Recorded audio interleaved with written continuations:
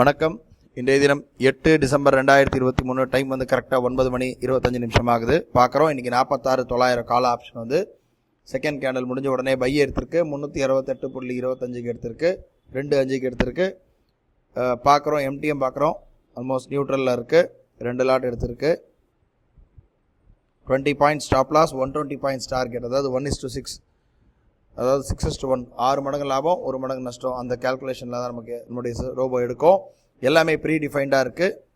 பார்க்குறோம். எடுத்தது வந்து ஸ்டாப் லாஸ் ஹிட் ஆகிடுச்சு. பை எடுத்தது. எம்டிஎம் பார்க்குறோம். 1000 rupees கிட்ட மைனஸில் இருக்குது. வெயிட் பண்ணி பார்ப்போம். நேரம் பார்க்குறோம். சரியாக 9 மணி 43 நிமிஷம் ஆகுது.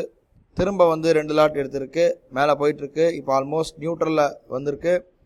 ரெண்டாவது தடவை எடுத்தது அதே 368.60க்கு எடுத்திருக்கு. 6க்கு. இப்போ எம்டிஎம் பார்க்குறோம். ஓரளவு நியூட்ரலில் இருக்குது.